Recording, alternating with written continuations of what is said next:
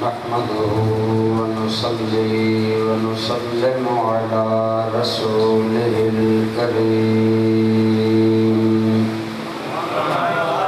وعلى آله وأصحابه أجمعين.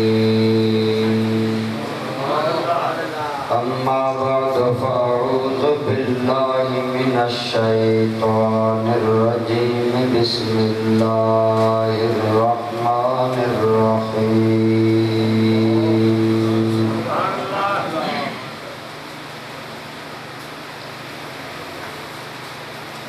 إنا نحن نزلنا الذكر وإنا له لحافظون.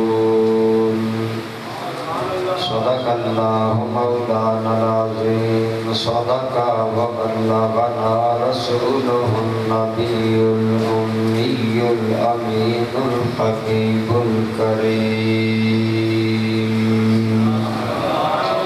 درود پاک. اللهم صل على سيدنا ومولانا محمد وعلى آل سيدنا ومولانا محمد وبارك وسلم عليه. الصلاة والسلام عليك يا سيدي يا رسول الله وعلى آلك وأصحابك يا حبيب الله.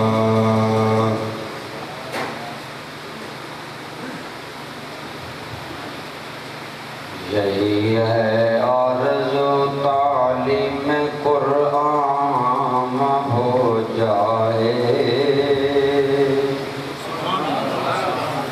یہی ہے آرزو تعلیم قرآن ہو جائے. ہر ایک پرچم سے اونچا پرچم اسلام ہو جائے. یہی مقصد ہے دنیا سے جہالت دور ہو جائے. ہر ایک مسلم کا دل قرآن کے قرآن سے پر نور ہو جائے. ہر ایک مسلم کا دل قرآن سے پر نور ہو جائے. حمد و صلاۃ کے بعد میر محفل استاد العلماء حضرت علامہ مولانا محمد الیاس علوی صاحب دامت برکاتہم العالیہ، میزبان محفل فاضل جلیل عالم نبیل حضرت علامہ مولانا مفتی شاہد محمود آوان صاحب دامت برکاتہم القدسیہ، انتہائی عزت و احترام کے لائق پیکر عرفان حضرت مولانا محمد ذیشان صاحب زید شرفکم، رونق محفل فاضل نوجوان حضرت علامہ مولانا غلام حسن صاحب زید مجدکم، دیگر قابل احترام بزرگوں دوستوں عزیزوں، ماشاءاللہ آج آپ اور میں ایک ایسے جلسے میں حاضر ہیں جس میں ان بچوں کی حوصلہ افزائی کی جائے گی اور دستار بندی کی جائے گی جنہوں نے اپنے سینوں کو قرآن کے نور سے منور کیا. آج کل کالجز اور یونیورسٹیز میں جو یونیورسٹی یا کالج سے بچے بچیاں فارغ ہوتے ہیں ان کو اسناد اور شیلڈز دینے کے لیے بڑی بڑی سیلیبریشنز، تقاریب اور پروگرام ہوتے ہیں. لیکن الحمدللہ تعالی اس محفل کا تعلق ان بچوں کی عزت افزائی اور حوصلہ افزائی سے ہے جن کے سینوں میں اللہ کریم کی کتاب محفوظ ہوئی۔ اس لیے اس کی نسبت دو جہاں میں باعث برکت ہے۔ دعا ہے اللہ کریم ہم سب کی حاضری قبول فرمائے۔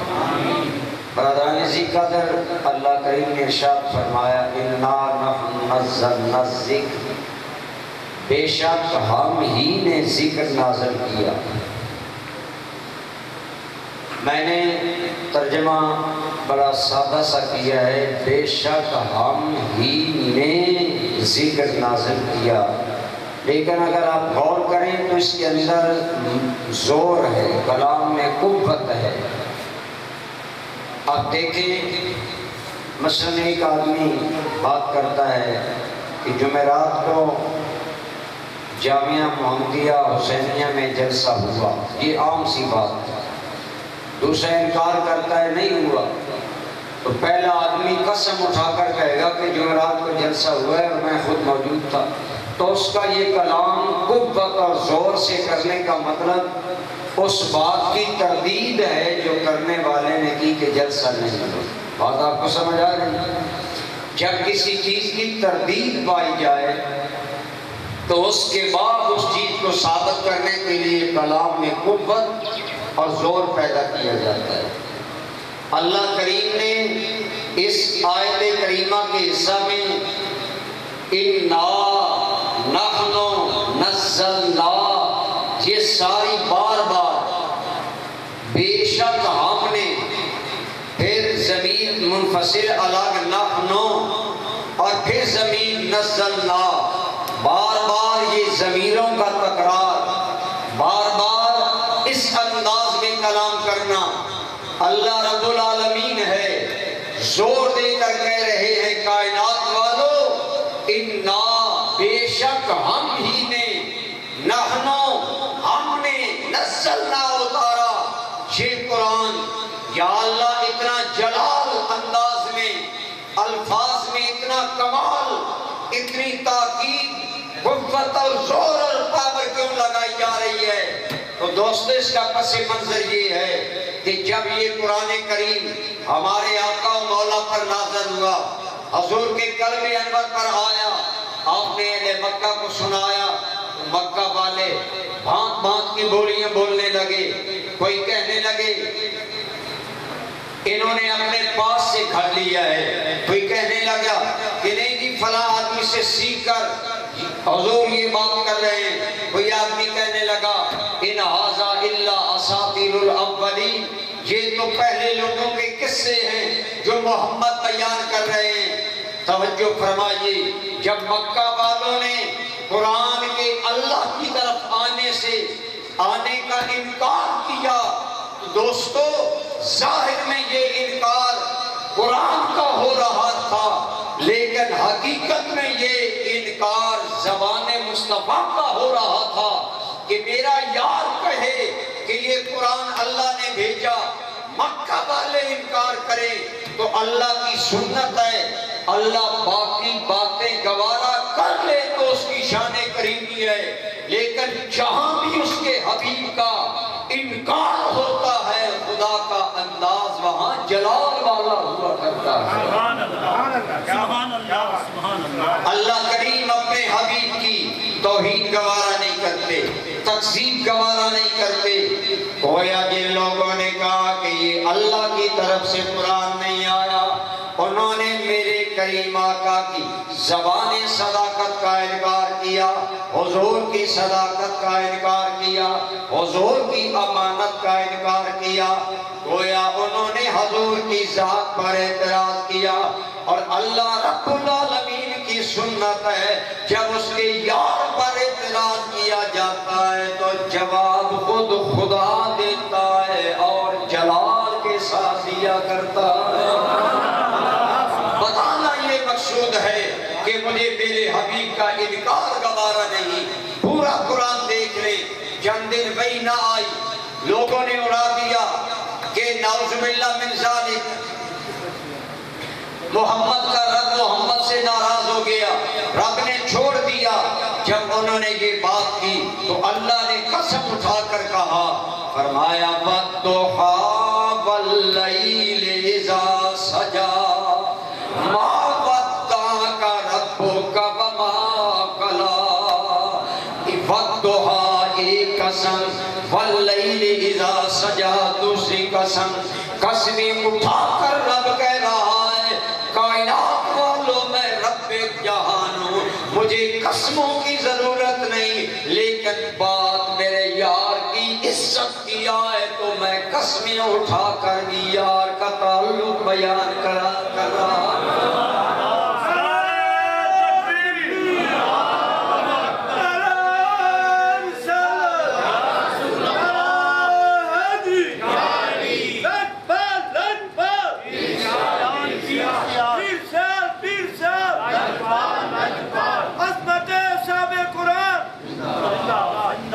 عرض کر رہا ہوں جب انہوں نے کہا کہ اللہ حضور سے ناراض ہو گیا، اللہ نے قسم کھا کر وضاحت کی وَالضُّحَىٰ وَاللَّيْلِ إِذَا سَجَىٰ مَا وَدَّعَكَ، مجھے چاشت کے وقت کی قسم ہے، مجھے رات کی قسم ہے۔ یا دوسرا معنی علماء نے کیا، اے میرے پیارے یہ کہتے ہیں کہ میں نے تمہیں چھوڑ دیا، وَالضُّحَىٰ مجھے قسم ہے تیرے چہرہ وَالضُّحَىٰ کی، تیرے حسن و جمال کی، وَاللَّيْلِ إِذَا سَجَىٰ مجھے قسم ہے تیری زلف وَاللَّيْلِ کی، تیرے حسن کی قسمیں اٹھا کر میں کہہ رہا ہوں تیرے جیسے محبوب کو نہ میں نے چھوڑا ہے، میں نہ ناراض ہوا ہوں۔ تو پتہ چلا جب بات حضور کی عزت پر آئے تو اللہ رب العالمین کے کلام میں جلال آ جاتا ہے، گویا اللہ باقی باتیں برداشت کر لیتا ہے لیکن محبوب پر اعتراض گوارا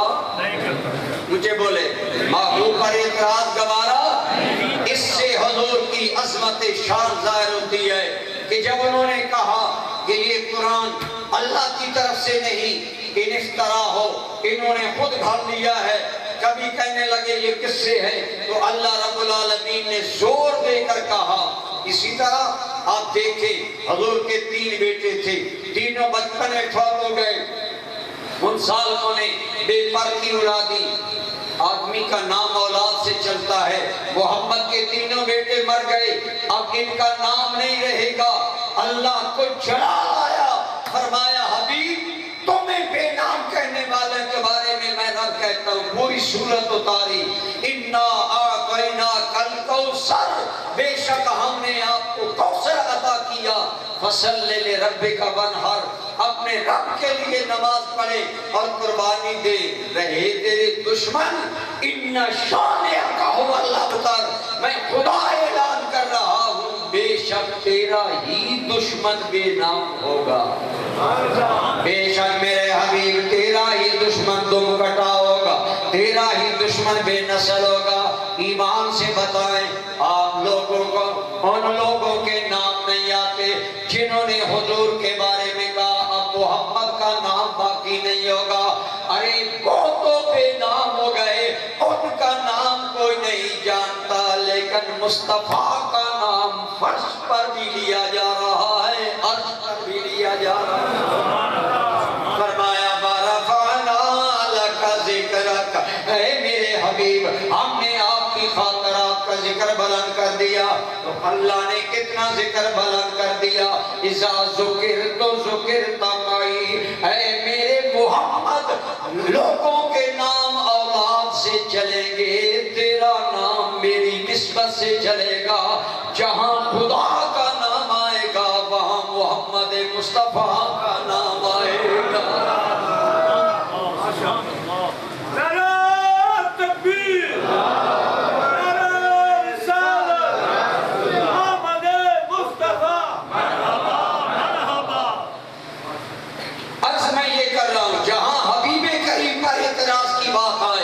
اللہ کا انداز جلال والا ہوتا ہے، انہوں نے اتنی بات کہی حضور کا نام نہیں رہے گا، اللہ نے اِنَّا، علماء تشریف فرما ہے میں ان کے سامنے، علمی کوئی حیثیت نہیں، تاکید اور زور، بے شک شان آقا ہوگا ابتر نہیں کہا، طلباء علماء موجود ہیں، خبر نکرہ ہوتی ہے، والا بتر الف لام لگا کر مزید تخصیص و قوت پیدا کر دی کہ مصطفیٰ تیرا دشمن ہی بے نام ہو کر رہے گا۔ اتنا زور کلام نے پیدا کیا یار کے لیے، کیوں؟ گویا بتا دیا کہ مٹ گئے مٹتے ہیں مٹ جائیں گے آدھا تیرے، نہ مٹا ہے نہ مٹے گا کبھی چرچا تیرا، اور ورفعنا لک ذکرک کا ہے سایہ تجھ پر، بول بالا ہے تیرا ذکر اونچا تیرا۔ اے میرے پیارے حبیب، ہم نے آپ کا ذکر بلند کر دیا، اور وَلَلْآخِرَةُ خَيْرٌ لَكَ مِنَ الْأُولَىٰ، ہر آنے والا لمحہ تیرے لیے بہتری کا باعث ہوگا۔ ایک بڑی پیاری بات قابل غور ہے، اس وقت پاکستان میں 3:20 ہوئے، سعودی عرب میں 1:20 ہوں گے، امریکہ میں 10 گھنٹے ٹائم پیچھے ہوگا، انگلینڈ میں 4 گھنٹے پیچھے ہوگا، ہالینڈ میں 4 گھنٹے پیچھے ہوگا۔ تو 24 گھنٹوں میں پوری کائنات میں سائنسدان کہتے ہیں ہر 24 گھنٹوں میں ہر وقت دنیا کے کسی نہ کسی کونے پر 5 نمازوں میں سے کسی نماز کا ٹائم ہوتا ہے۔ گویا رب نے یار کا نام یوں زندہ رکھا، میرے پیارے محمد، میں تو شب و روز کا نظام ایسا بناؤں گا، شمس و قمر کا نظام ایسا بناؤں گا، رات اور دن میں کوئی وقت ایسا نہیں ہوگا جب نماز کا ٹائم نہیں ہوگا۔ خدا کا نام بھی بلند ہوگا، محمد کا نام بھی بلند ہوگا۔ 24 گھنٹے دنیا میں اللہ کا نام بھی بلند ہو رہا ہے، حبیب کریم کا بھی نام بلند ہو رہا ہے۔ یہ چند مثالیں دے کر میں کہہ رہا تھا کہ جب حضور پر اعتراض آئے تو جب انہوں نے کہا یہ قرآن محمد نے اپنے پاس سے کھڑا ہے، تو اللہ جلال میں آ گئے، فرمایا اِنَّا، بے شک ہم نے، علماء کہتے ہیں اللہ ایک ہے، بولو سارے بولو اللہ ہے کہ نہیں، بولو اللہ، لیکن سیگا اپنے لیے جمع اِنَّا، ہم نے، علماء نے فرمایا قرآن میں جا بجا اللہ نے اپنے لیے سیگا جمع کیوں ذکر کیا؟ علماء کہتے ہیں واحد کے مقابلے میں جمع کے سیغے میں قوت، جلال اور زور ہوتا ہے، گویا اس انداز میں بھی زور دے کر اور جلال میں آ کر فرمایا کائنات والو یہ قرآن ہم ہی نے اتارا ہے۔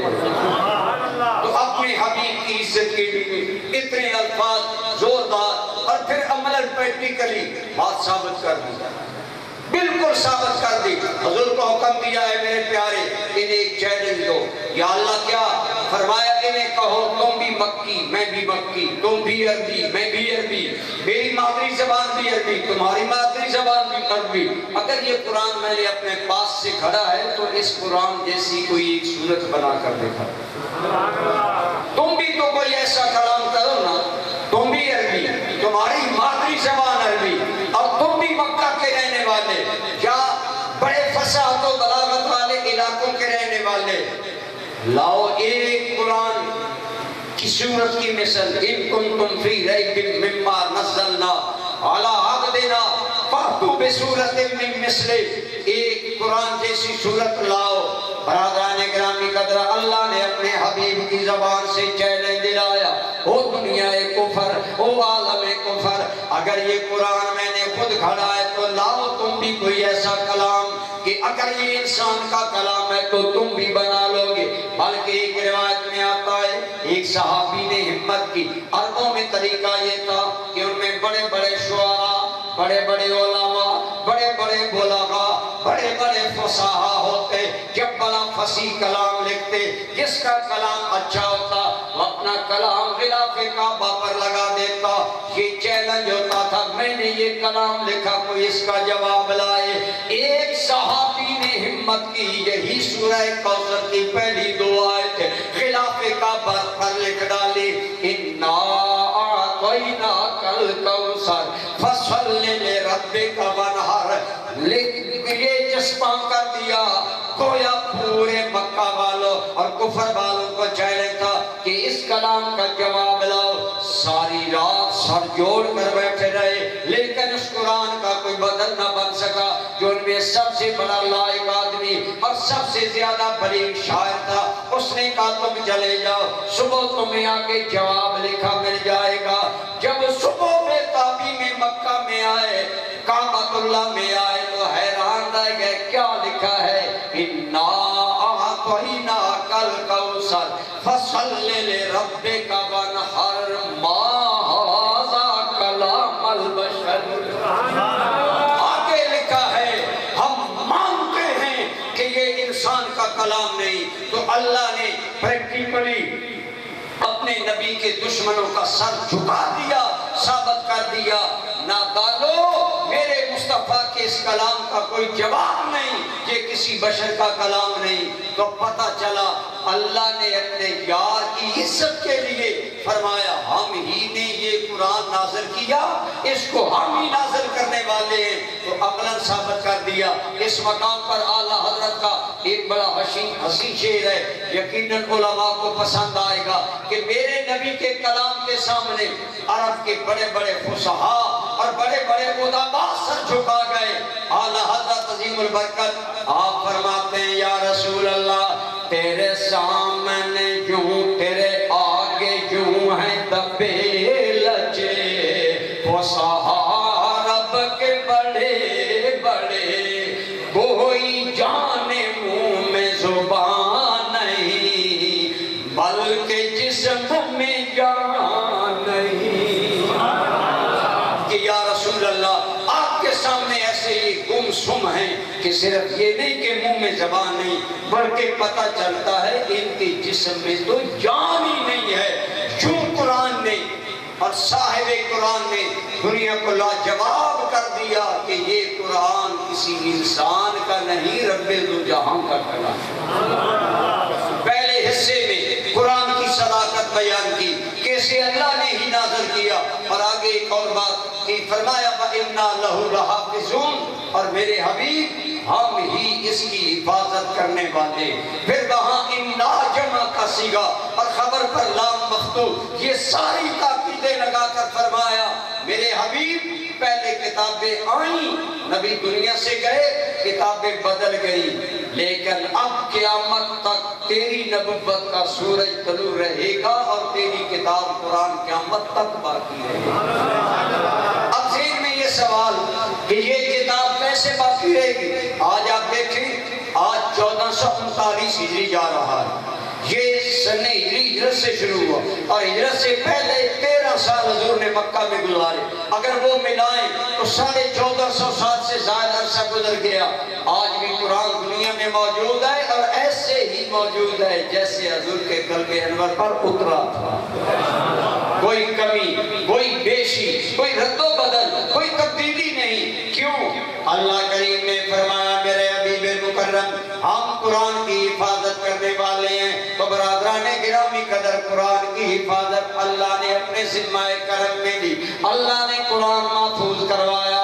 سرکار کے دور میں 2 طرح قرآن محفوظ ہوا، صحابہ کرام اپنے پاس لکھ لیتے کھجور کے پتوں پر، خشک ہڈی کے ٹکڑوں پر یا اور جگہ یا پتھر کے ٹکڑوں پر قرآن لکھ کر رکھ لیتے، اور دوسرا طریقہ کہ صحابہ قرآن یاد کر لیتے۔ حضور دنیا میں گئے، قرآن کتابی شکل میں جمع نہیں، حضرت صدیق اکبر کا دور آیا، صحابہ کرام جنگیں کرنے لگے۔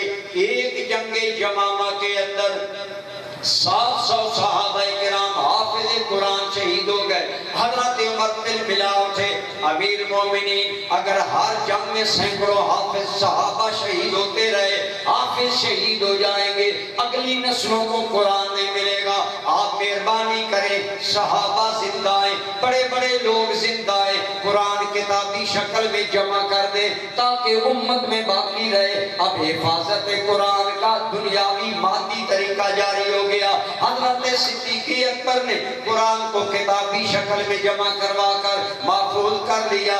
آگے حضرت عمر کا دور آیا، حضرت عمر نے قرآن کی حفاظت کا ایک اور رنگ دیا۔ وہ رنگ یہ ہے، حضور کے دور میں تراویح میں 2 دن جماعت کروائی گئی، حضور نے خود نماز تراویح کی جماعت کی۔ صدیق اکبر کے دور میں جماعت موقوف رہی، لیکن حضرت عمر نے رمضان میں دیکھا کوئی یہاں پڑھ رہا ہے تراویح، کوئی وہاں کوئی وہاں، سب کو بلا کر کہا ابی بن کعب کے پیچھے قرآن پڑھو۔ ان کو ایک جماعت میں لا کر کھڑا کر دیا تو حضرت عمر نے تراویح بالجماعت کو دوبارہ شروع کروایا۔ اگر آپ سوچیں حضرت عمر کی بصیرت کو کروڑوں سلام ہے، آج رمضان میں تراویح جماعت سے ہوتی ہے، جو ہی رمضان قریب آتا ہے گھر گھر میں قرآن کی بہار آ جاتی ہے۔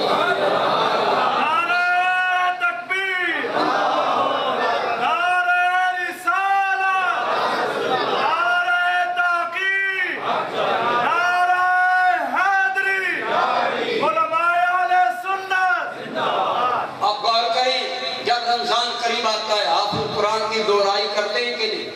بولی دور ہوتے ہیں، شب و روز قرآن پڑھا جا رہا ہے۔ حضرت عمر نے تراویح جماعت کے ساتھ شروع کر کے حفاظت قرآن کا سبب قائم کر دیا۔ یہ بات شاید اس علاقے میں آپ کو پتہ چلے یا نہ چلے، لیکن علماء جانتے ہیں جو لوگ نماز تراویح کے منکر ہیں ان کے اندر قرآن کا حافظ نہیں ہوتا، عموماً نہیں ہوتا، کیونکہ وہ تراویح جماعت سے پڑھتے ہیں، انہیں قرآن پڑھنے کی ضرورت نہیں۔ اور جو قرآن کریم تراویح کے ساتھ پڑھتے ہیں ان کا بچہ بچہ قرآن کا حافظ ہوتا ہے۔ مسجد میں قرآن ختم ہوتا ہے، عموماً مساجد میں قرآن پورا پڑھا جاتا ہے، سنا جاتا ہے، یہ قرآن کی حفاظت کا ذریعہ ہے۔ اور حضرت علامہ مفتی شاہد محمود امان صاحب کو علم ہوگا کہ میرے پیر کے دروازے پر اور بھیرا شریف میں تو جب رمضان آتا تو عجیب قرآن کی بہار ہوتی۔ ایک قرآن کا ختم ابابیل میں ہوتا ہے، ایک ختم نماز تراویح میں ہوتا ہے، ایک ختم تہجد میں ہوتا ہے، بلکہ بعض اوقات اساتذہ کے کمرے میں قرآن کا ختم ہوتا ہے۔ تو میں یہ بتا رہا ہوں کہ اللہ نے قرآن کی حفاظت کیسے کروائی۔ فرمایا حبیب ہم قرآن محفوظ رکھیں گے، محفوظ کروائیں گے۔ پہلے سے سینہ مصطفیٰ میں محفوظ کیا، پھر صحابہ کے سینے میں محفوظ کیا، پھر کتابی شکل میں محفوظ کروایا، پھر حضرت عمر نے آگے چلایا، پھر سیدنا عثمان غنی آئے، لغت قریش پر قرآن کو جمع کر دیا۔ آج تک وہی قرآن امت پڑھ رہی ہے، لیکن دوسرا قرآن کو باقی رکھنے کا طریقہ حفظ قرآن کا ہے۔ امت میں رسول اللہ کے دور سے لے کر آج تک قرآن کریم ہم بچوں کو حفظ کروا رہے ہیں۔ دوستو ہم جانے نہ جانے، مسلمان کو اس کی اہمیت پتہ ہو یا پتہ نہ ہو، آؤ غیروں سے پوچھو قرآن حفظ کروانا یہ کتنا بڑا کام ہے۔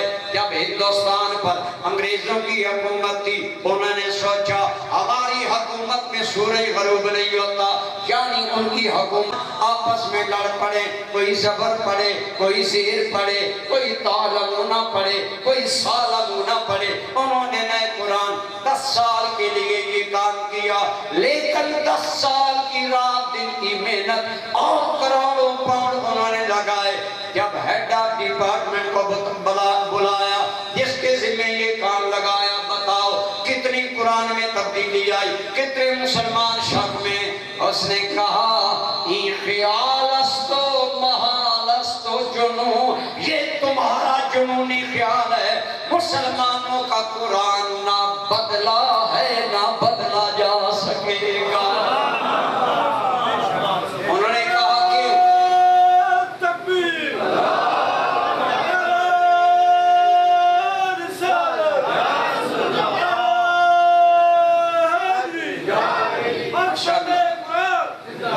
ماشاءاللہ یہ بزرگ نعرہ لگا رہے ہیں، بہت سے نوجوان بھی بیٹھے، یا تو آپ کو تقریر سمجھ نہیں آ رہی، اور اتنا بڑا مجمع ہے۔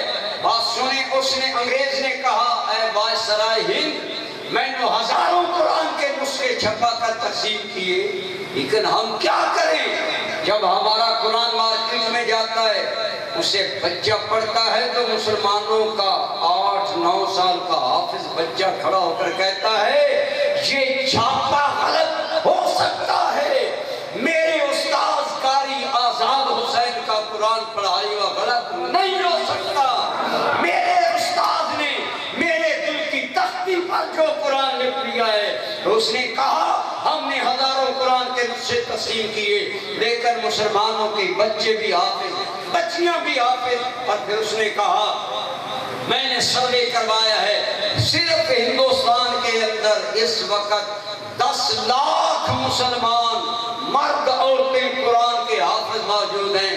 اس نے کہا اے وائسرائے، جس قوم کے 10 لاکھ انسان قرآن کو سینے میں اٹھائے پھرتے ہیں، ان کی کتاب کو بدلنا آسان نہیں ہے۔ گویا وہ مان گئے جب تک بچے بچیاں قرآن حفظ کرتے رہیں گے، قرآن میں کوئی تبدیلی نہیں آ سکتی۔ باقی نہیں سمجھ آ رہی آپ کو؟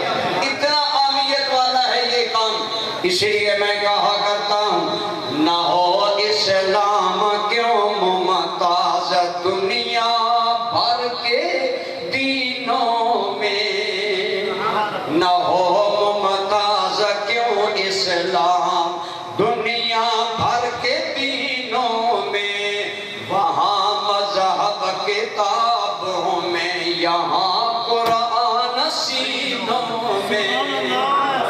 الحمدللہ جب تک یہ حفظ قرآن کے مدارس قائم ہیں، قرآن کریم کے الفاظ کی حفاظت ہو رہی ہے، یہ ہمارے بچے، یہ ہماری بچیاں، بلکہ حضرت صاحب نے ہمیں واقعہ سنایا، ایک انگریز افسر کے دفتر میں ایک بیچارہ مسلمان غریب کا لڑک تھا، اس نے سنا کہ یہ انگریز قرآن بدلنا چاہتے ہیں، اس نے کہا صاحب جی میرے گھر میں آج چائے پیئیں۔ وہ چائے کے لیے جب انگریز آیا تو اس نے اپنا ایک بیٹا بلایا، کہا یہاں کھڑے ہو کر سے قرآن سناؤ۔ بچے نے ایک پارہ سنایا، پھر بچی کو بلایا، اس نے پارہ سنایا، اس نے کہا صاحب جی حکومت تمہاری ہے، تم جو چاہو کر لو، جب تک ہمارا قرآن ہماری نسلوں میں یوں منتقل ہو رہا ہے، اللہ کا قرآن بدلا نہیں جائے گا۔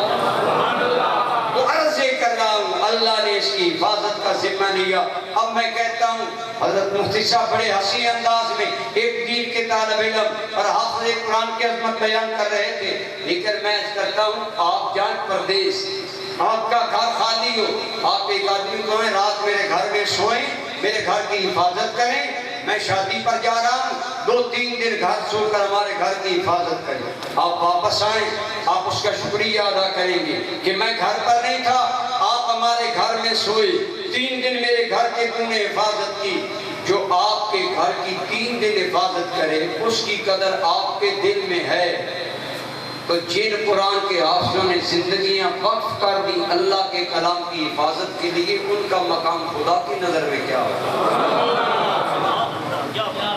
اللہ کی بارگاہ میں ان کا مقام کیا ہے؟ آج ہماری حکومتیں توجہ دے رہی ہیں یونیورسٹی کالج کی تعلیم پر، قرآن کی تعلیم کو نظر انداز کر رہے ہیں۔ اللہ کی قسم وہ توجہ دے نہ دیں، اللہ کا وعدہ قرآن محفوظ ہوگا۔ حکومتوں نے توجہ نہ دی تو غریبوں نے بچوں کے سینے میں قرآن منتقل کرنا اپنی زندگی کا مقصد بنا لیا۔ ہر مسلمان کوشش کر رہا ہے کہ یہ قرآن باقی رہے۔ پچھلے دنوں ایک بدبخت انگریز نے قرآن کو جلانے کی کوشش کی، آگ لگانے کی کوشش کی، ہم نے تحریک چلائی، ہم نے جلوس نکالے، ہم نے بڑے بڑے جلسے کیے، لیکن ہمارے قبلہ پیر صاحب حضرت قبلہ پیر محمد امین نصرہ شاہ صاحب ایک بہت بڑے آپ جلسے سے خطاب کر رہے تھے، آپ نے فرمایا یہ بدبخت جو قرآن جلانے کی جسارت کرتے ہیں ان کے خلاف جلوس نکالو، نعرے لگاؤ، اپنے ملک کو نہ جلاؤ، ایسا کام کرو کہ ان کے دل جل جائیں۔ وہ دل کیسے جلیں گے؟ فرمایا ہر آدمی یہ دل میں پرامز کرو، پیدا کرو کہ میں بچوں میں سے ایک بچہ حافظ قرآن ہوں۔ میں اپنی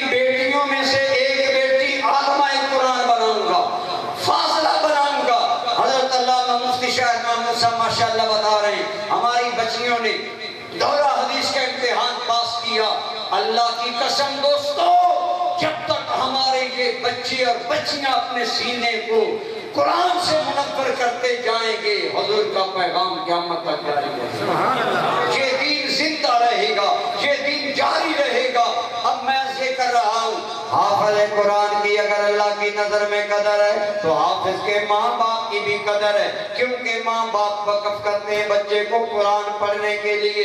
اگر ماں باپ بچی کو عالمہ فاضلہ بنانے کے لیے بھیجتے ہیں، یہ ماں باپ کی اس میں بہت بڑی قربانی ہے۔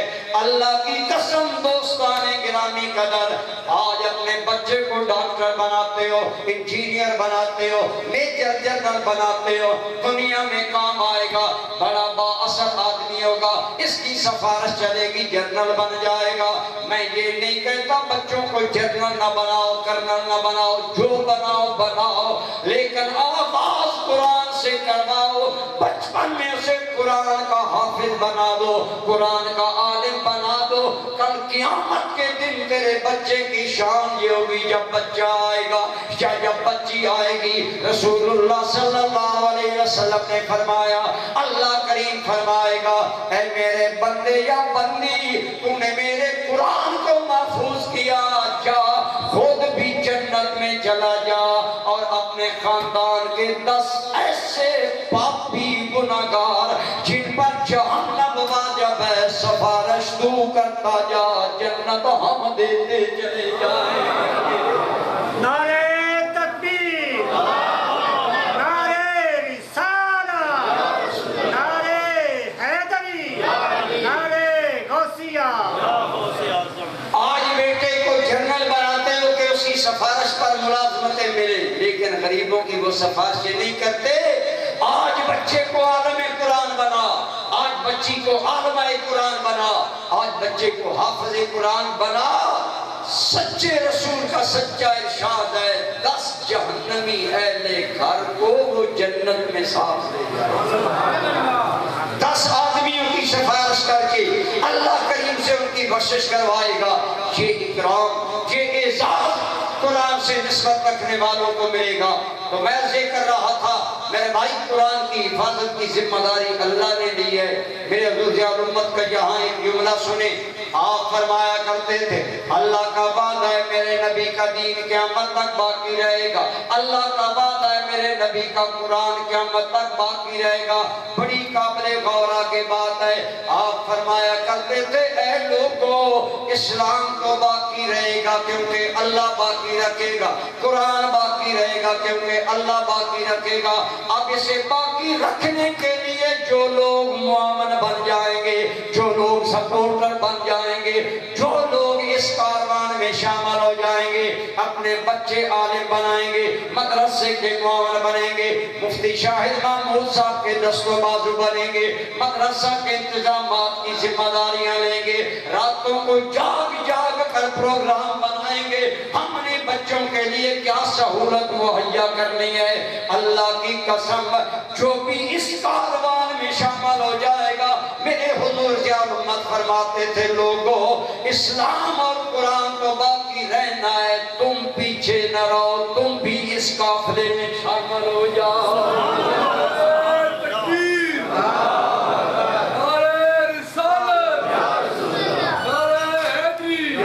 یہی بات میرے کریم کے ایک حدیث کا گویا ترجمہ ہے، حضور نے فرمایا، کن عالمن او متعلمن او مستمعن لہو او محبا، اے لوگو یا عالم بنو، یا علم لینے والے بنو، یا حضرت علامہ الیاس الوی صاحب کی طرح ماہر عالم بنو، حضرت مفتی صاحب کی طرح قرآن کے عالم بنو۔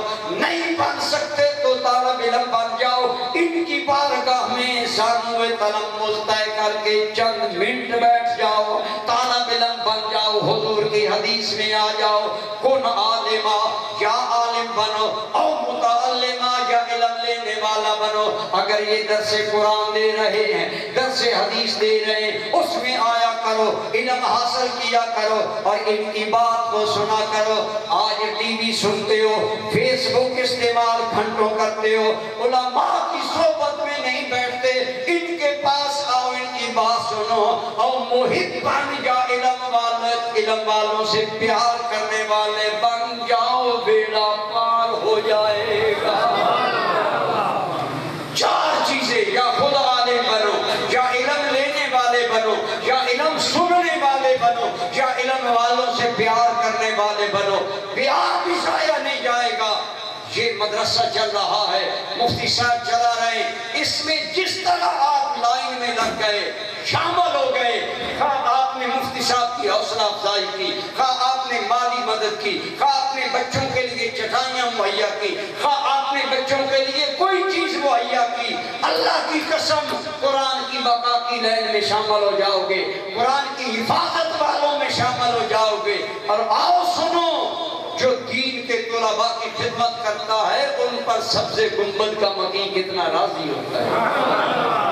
آج ہمارے سنی لوگ محفل میلاد ہم کرتے ہیں، محفل نعت کرتے ہیں، لاکھوں روپے لگاتے ہیں۔ میں کہتا ہوں ضرور محفل نعت کرو، لیکن جتنی رقم محفل پر لگاتے ہو اتنی رقم مدارس پر بھی لگاتے ہو۔ آج سے بہت پہلے کی بات ہے، اسلام آباد کے اندر جی الیون کے اندر ایک حاجی صاحب بڑے امیر آدمی رہتے ہیں، انہوں نے مجھے بلایا، کہتے ہیں ہمیں بڑا شوق ہے آپ کی تقریر کا۔ کھانے پر مجھے کہنے لگے آج سے 15-20 سال پہلے کہ ہم نے جی 7 لاکھ روپے لگا کر محفل نعت کی ہے، اور الحمدللہ حضور ضیاء الامت کے ٹکڑے کھائے ہیں۔ ہم پیشہ ور مولوی نہیں ہیں کہ صرف اس بات پر راضی ہوں کہ تقریر ہو گئی، حاجی صاحب خوش ہو گئے، خدمت کریں گے۔ میں نے کہا حاجی صاحب میں آپ کے شہر کے جانتا ہوں، آپ کے شہر میں سنیوں کا کوئی دینی مدرسہ نہیں، کاش اللہ آپ کو عقل دے کہ 1 سال محفل نعت کا 7 لاکھ روک کر 3 لاکھ کی زمین خریدو، اس کے اوپر 2 لاکھ کا دارالقرآن بناؤ، 1 لاکھ قاری کی تنخواہ کے لیے محفوظ کر لو۔ میں نے کہا حاجی صاحب کیا قرآن رسول اللہ کی نعت نہیں ہے؟ میں آپ سے پوچھتا ہوں کیا قرآن حضور کی نعت نہیں ہے؟ نعت خان داڑھی صاف کر کے آتا ہے، تم وہ بھولے اور عاشق آدمی ہو، 1000 روپیہ داڑھی صاف کر کے آیا، کہتا ہے میری جان نبی پر قربان، تم نے 1000 روپیہ مار دیا۔ میں کہتا ہوں وہ تو داڑھی نہیں رکھ سکتا، جان کیا بارے گا؟ لیکن یہ چٹائی پر بیٹھ کر تیرے بچے کا سینہ قرآن سے منور کر دیں گے، تیرے بچے کو نادرہ قرآن پڑھائیں گے، حفظ قرآن پڑھائیں گے، قرآن کی تعلیم دیں گے۔ میں نے کہا حاجی صاحب خدا را وہ کام کرو جس کا کوئی نتیجہ ہو۔ سنی عموماً کام بے سود کرتے ہیں، نفع والے کام کرو، اور اللہ کی قسم سب سے بڑا نفع والا کام دارالعلوم بنانا ہے، مدارس بنانا ہے۔ آپ فرمائیں، آپ لوگ میری گفتگو سن رہے ہیں، اگر میں بے رشید نہ پڑھتا تو کیا یوں میں آپ کے سامنے کلام کرنے پر قادر ہوتا؟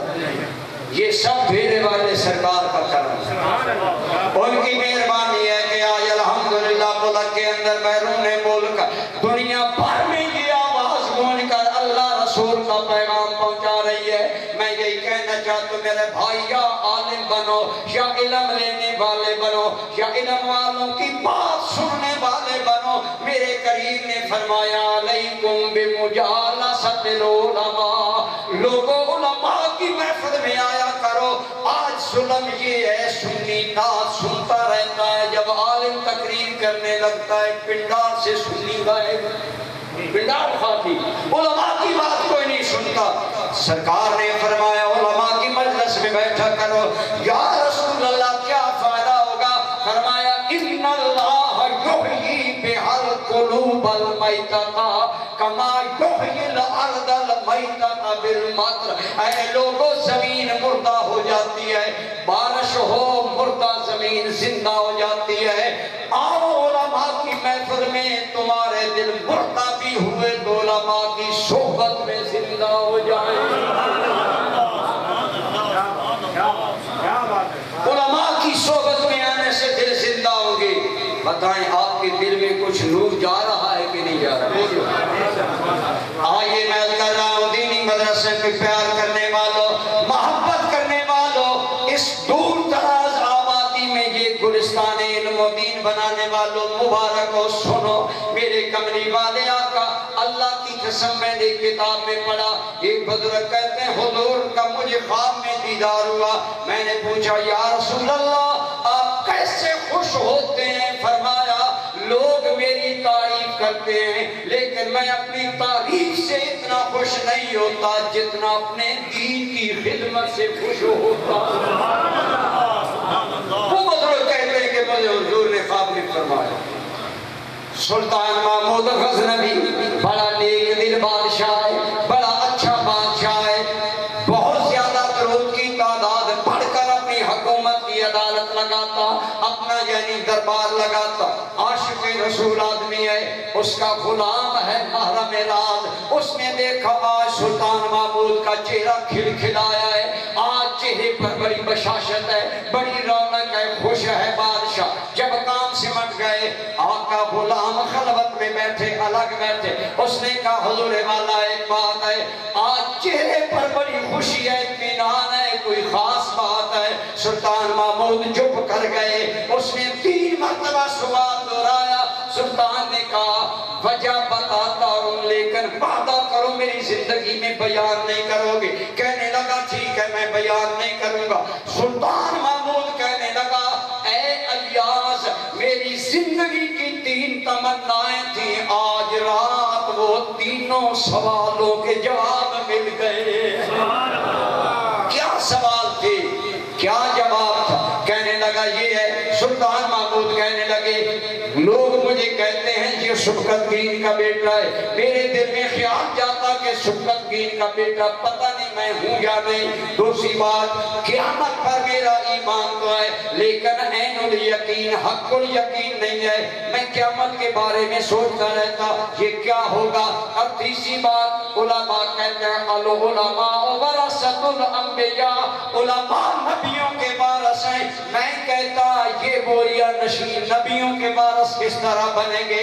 کہتا ہے ایاز آج رات میں نے حکومتی کام مکمل کیا، سونے کے لیے محل پر جانے لگا، میرا نوکر شمعدان آگے اٹھا کر جا رہا تھا، میں نے دیکھا ایک طالب علم ہے ہاتھ میں کتاب ہے، آتا ہے روشنی میں چند لفظ دیکھتا ہے، پیچھے ہٹ کر یاد کرتا ہے، پھر آگے آتا ہے، پھر یاد کرتا ہے، جب کئی مرتبہ بے چینی میں وہ بچہ آیا گیا میں سمجھ گیا، میں محل کے اندر جانے لگا، میں نے بچے کو بلایا، بچے یہ تیری پریشانی یہ اضطراب؟ اس نے کہا سلطان محمود میں دین کا طالب علم ہوں، باپ غریب ہے، ہمارے دیے میں تیل نہیں کہ میں سبق یاد کروں، تو گزرا روشنی گزری، میں نے کہا موقع غنیمت ہے سبق یاد کر لوں، مجھے پتا ہے تو اندر جائے گا، شمع بھی اندر چلی جائے گی، اس لیے مجھے بے چینی ہے جلدی سبق یاد ہو جائے۔ سلطان محمود نے نوکر کو کہا اس بچے کو شمع دے دو،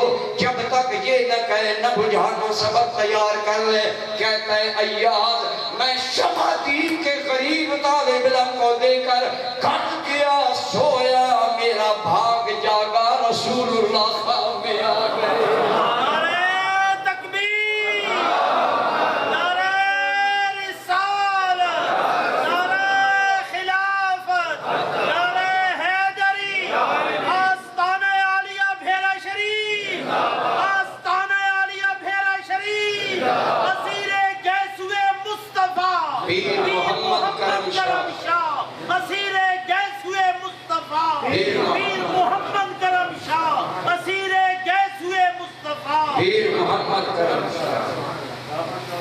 کہا ایاس حضور نے کرم فرمایا میں نے دین کے طالب علم کو شمع دی، حضور نے دیدار کرا کر میری زندگی کی سب سے بڑی حسرت پوری کر اور ساتھ خوش ہو کر فرمایا اے سلطان محمود بن سبکتگین تو نے میرے وارث کی قدر کی ہے، اللہ تمہیں اس کا آخرت میں اجر دے۔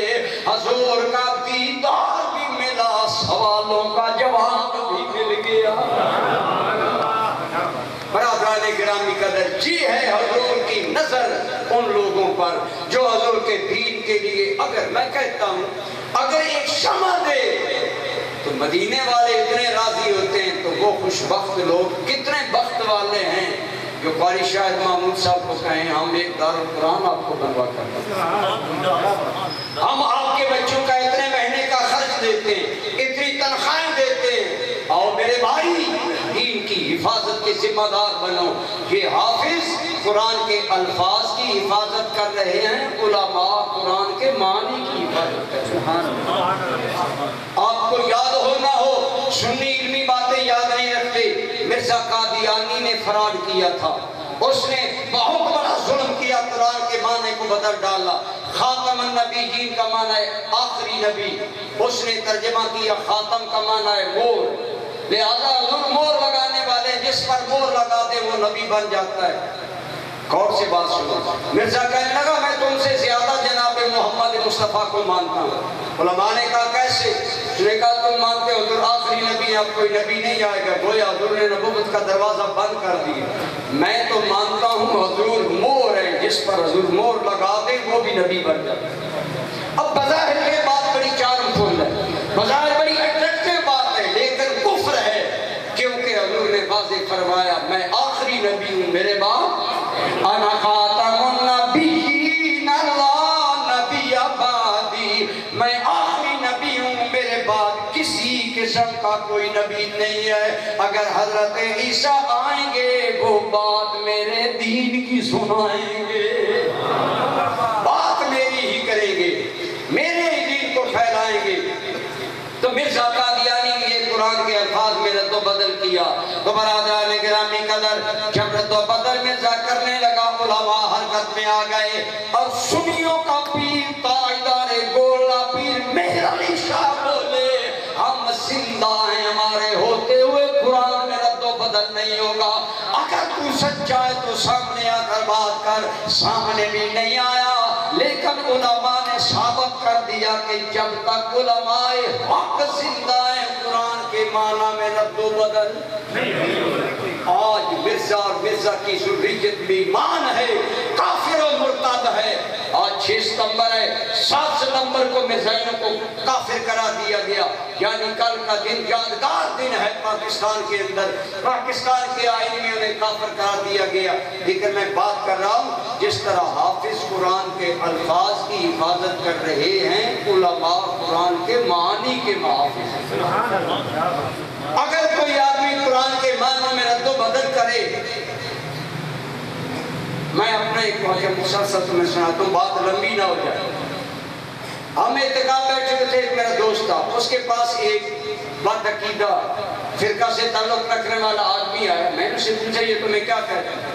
کہتا ہے تھوڑی دیر بیٹھا تو کہتا ہے وما اہل بہ لغیر اللہ، جس پر غیر اللہ کا نام آ جائے وہ حرام ہو جاتا ہے، اور جس جانور پر 11ویں والے کا نام آئے، میلاد والے کا نام آئے، حرام ہو جاتا ہے. وہ ابھی وہیں موجود تھا. میں نے پوچھا قاری صاحب یہ ترجمہ آپ نے کہاں سے کیا؟ کہنے لگے ساری تفسیروں میں یہ ترجمہ ہے. میں نے کہا دارالعلوم دیوبند بننے سے پہلے کوئی ایک تفسیر بتا دو جس میں یہ ترجمہ ہے. میں نے کہا کوئی آپ نے، میں جانتا تھا ان کے گھر میں ایک کتاب تھی. میں نے کہا موسی اور قرآن تمہارے گھر کے اندر موجود ہے، لاؤ. اسی وقت منگوائی. اور وما اہل بہ، علماء کی لیے زیادہ بات ہے، وما اہل بہ لغیر اللہ کے نیچے شاہ صاحب نے لکھا ان الذبح، اگر غیر اللہ کا نام لیا جائے تو چیز حرام ہے. میں نے کہا سارے علماء یہ ترجمہ کریں، آپ نہیں بات کریں. جب تک علماء دنیا میں موجود ہیں قرآن کے معنی میں رد و بدل. آپ کا کیا خیال ہے معاشرے میں علماء ہونے چاہیے کہ نہیں ہونے چاہیے؟ بولیے. اگر مدارس نہیں ہوں گے علماء کہاں سے پیدا ہوں گے؟ علماء کہاں سے آئیں گے؟ اگر پنکھے بنانے والی فیکٹری بند ہو جائے پنکھے نہیں آئیں گے. سنیو، تم نے مدارس بند کر دیے، کہت الرجال ہے تمہارے اندر، اتھینٹک علماء نہیں ہیں. خدا راجہ کو اپنی مجالس، اپنی محافل کی رقم سمیٹ کر کم کرو.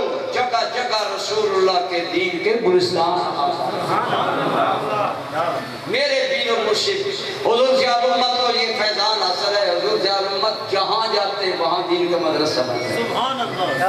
آپ کے علاقے ہر 200 دن میں آپ تفسیر قرآن لکھنے کے لیے آتے تھے. میں کہتا ہوں یہ نوشہرہ اور گرد نواح میں یہ ادارے اس ولی اللہ کے قدوم میں محمد رسول کی برکت ہے. مکھال شریف ایک گاؤں ہے، وہاں حضور ضیاء الامت آتے. جس کمرے میں حضور ضیاء الامت حویلی میں رہتے تھے آج وہاں بچیوں کا کلیت اور غوثیت ہے. ایک نہیں یہ علماء کے دم سے باریں احساس کرو دین کی حفاظت کے لیے اٹھو اگر علماء حفاظت کر رہے ہیں تو آپ حفاظت اس طرح کریں گے کہ آپ علماء کے دست و بازو بن جائیں آپ کہیں مولانا شاہد محمود صاحب آپ پروگرام دیں کام ہم کریں گے آپ نقشہ دیں تعمیر ہم کریں گے اللہ کی قسم جو لوگ کسی انداز میں دینی مدرسوں میں مدد میں شامل ہوتے ہیں وہ معلوم نہیں رہتے ہم سنی عقیدت کرامتیں مجھ سے بڑے بیان کرتے ہیں عمل والی بات کم کرتے ہیں کچھ لوگ میری تقریر سے تنگ بھی پڑتے ہیں کہ تو زیادہ عمل کی بات کرتا ہے میں نے خود پڑھا ایک آدمی حضوروں سے پاک کی بارگاہ میں آیا عرض کرنے لگا حضور والا میرے والد فوت ہو گئے دعا کریں اللہ میرے والد کی بخشش فرمائے حضور سے پاک نے فوراً ہاتھ نہیں اٹھا دیے فرمایا تیرا والد کبھی مجھ سے ملا حضور والا مجھے یاد نہیں ہے فرمایا تیرا والد کبھی میرے مدرسے کے کام میں شامل ہوا حضور مجھے علم نہیں لیکن آپ سے عقیدت رکھتا تھا اور اگر عقیدت رکھتا تھا تو ضرور مومن بنا ہوگا غوث پاک نے فرمایا پھر سن لے مدد تو مدد درکنار رہی اگر تیرا والد میرے مدرسہ کے دروازے سے بھی پیار کی نظر لے کر گزرا ہے تو بخشش ہو جائے صرف 11ویں نہ پکاؤ پیر 11ویں والے کو راضی کرنے کے لیے 11ویں والی رقم دین کے لیے لگاؤ جتنا دین پھیلے گا اتنا غوث پاک کی روح زیادہ خوش میں 1988 کے اندر انگلینڈ میں بریڈ فورڈ کے نزدیک ایک جگہ باٹلے وہاں 11 ماہ رہا وہاں لوگوں کے پاس پیسہ ہے اور 11ویں کے لیے بہت جلیبی آتی اور پھر کیا کرتے بڑے بڑے شاپ پر بھر کر ہاتھ بندے کو دیتے وہاں لوگ امیر ہیں وہ جاتے ہوئے کوئی مسجد میں چھوڑ گیا کوئی میرے کمرے میں چھوڑ گیا میرے لیے پرابلم ہوتا میں نے انہیں کہا اتنی شیرینی کیوں منگاتے رقم بہت زیادہ ہوتی ہے اس لیے میں نے کہا کھاتا کوئی نہیں ضائع ہوتی اور اس میں ایک تبدیلی کریں یہ ہے فکر ضیاء الامت میں نے کہا تم جو شیرینی منگاتے ہو یہ ساری رقم اس سے اتنی شیرینی منگاؤ جو حاضرین میں تقسیم ہو جائے باقی جو رقم ہو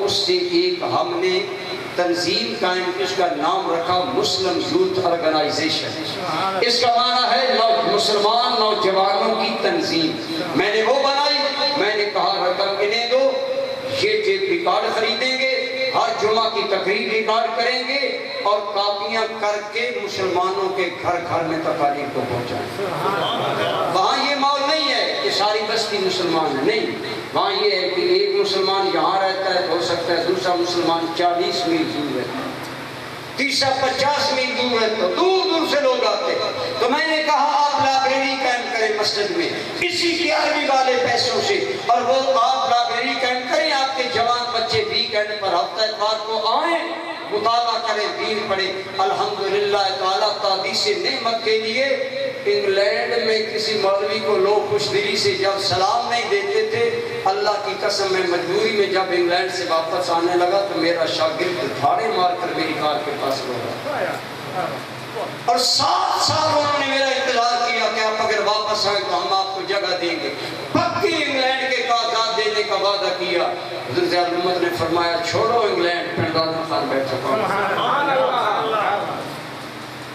ہم بہت زیادہ اخراجات لنگر پر کر دیتے ہیں لیکن ہمارا قرآن پڑھانے والا قاری اس کی تنخواہ 8,000 ہے بتاؤ 10,000 تنخواہ پر ایک بال بچے دار آدمی کا گزارا ہوتا ہے ادھر ہمارا کوئی خیال نہیں ہے لنگر کی ہم نے 1.5 لاکھ کا لنگر میلاد پر پکایا ایک مجھے کہنے لگا ہم جی ہر سب 30 کڑا حلوے کے پکاتے ہیں میں نے کہا تمہارے امام مسجد کی تنخواہ کتنی ہے محسوس نہ کرنا آپ کو اینگل بتا رہا ہوں دین کی خدمت کے مسجد امام کی تنخواہ کتنی ہے نامینل تنخواہ اب جس امام کو سکون گھر سے نہیں ہوگا وہ جماعت آپ کو سکون سے کرائے اور اگر آپ اس کو صحیح سکون کی زندگی دیں گے وہ نماز آپ کو سکون سے پڑھائے گا آپ کو سرور آئے گا تو بہرحال شاہ عالم بنے یا علم حاصل کرنے والے بنے یا علماء کی بات سننے والے بنے یا ان سے محبت کرنے والے بنے حضور نے خامسا فتہلکو، پانچواں نہ بن ورنہ برباد ہو جاؤ گے۔ پتہ چلا جس قوم میں لوگ عالم نہ بنے، لوگ متعلم طالب علم نہ بنے، لوگ علماء کی بات نہ سنیں، علماء سے پیار نہ کریں، پھر تباہی آتی ہے۔ آج میرے معاشرے کی تباہی کا حال یہ ہے، ایک فرد سے لے کر صدر تک دنیا پریشان ہے۔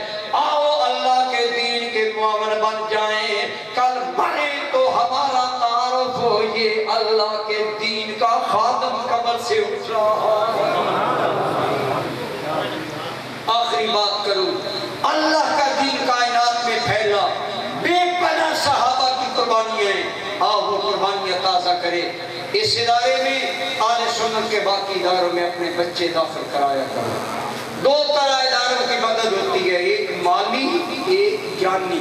مالی امداد یہ ہے کہ ادارے کے اخراجات میں سپورٹ کرو، اور جانی امداد یہ ہے کہ اپنا بچہ وقف کرو۔ بچہ لاؤ، کہو لو جی حضرت مولانا الیاس صاحب یہ بچہ آپ کے حوالے، حضرت مفتی شاہد محمود صاحب یہ بچہ بچی آپ کے حوالے، آپ اس پر ہمیں دین کا رنگ چڑھا کر دیں۔ اللہ کی قسم آپ دنیا سے چلے بھی گئے تو اس دین کے طالبہ یا طالب کے صدقے آپ کی قبر پر نور ہو جائے۔ اس لیے کیا میں امید کرتا ہوں کہ ہم اللہ کے قرآن کی حفاظت کرنے والوں میں شامل ہوں گے، کسی نہ کسی انداز میں شامل رہا کریں، سپورٹر بنے علماء کے، مدارس کے، دینی باتوں کے۔ سلطان محمود غزنوی کی طرح ہو سکتا ہے کبھی سرکار کا کرم ہو جائے، حضور کی نگاہ توجہ ہو جائے۔ دعا ہے اللہ تعالی ہمارے علماء یہ ایک علم کی کہکشاں اسٹیج پر موجود ہے، ان کے لیے میرے دل میں بڑی محبت ہے، احترام ہے۔ اللہ ان کے فضل میں برکت دے، اس ادارہ کو دن دگنی رات چوگنی ترقی عطا فرمائے۔ برادر مفتی شاہد محمود عوام صاحب نے بچوں کا ادارہ بھی قائم کیا ہے، بچوں کا بھی ہے۔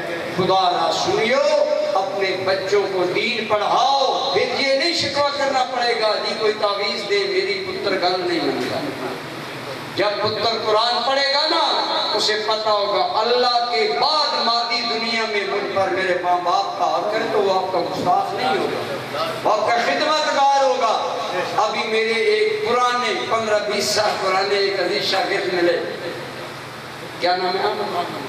احمد رضا صاحب، یہ بڑے پیارے شاگرد تھے ہمارے، لیکن بڑے ذہین تھے، لہذا یہ پر چھن کر چلے گئے سائڈ پر، لیکن مولانا شاہد محمود گواہی دے رہے تھے اگرچہ بازار یہ علماء مولویوں میں نہیں رہے، لیکن ان کی والدین کی خدمت، عزیز و اقارب کا خیال رکھنا اور اچھائی کے کاموں میں ایک ریکارڈ ہے۔ تو گویا پتہ چلا دینی مدارس میں چند دن بھی تمہارا بچہ آئے گا تو سمجھ جائے گا، اس کی فکر سمجھے گی، اس کی سوچ بدلے گی، وہ کبھی تمہارا گستاخ نہیں ہوگا۔ اگر چاہتے ہو اولادیں فرما بردار ہوں انہیں دین پڑھاؤ، دین پڑھیں گے اولادیں نیک ہوں گی، فرما بردار ہوں گی۔ دعا ہے اللہ پاک ہم سب کو، آپ کو اور مجھے، ہم سب کو دین کا کام کرنے کی توفیق عطا فرمائے۔ ہمارے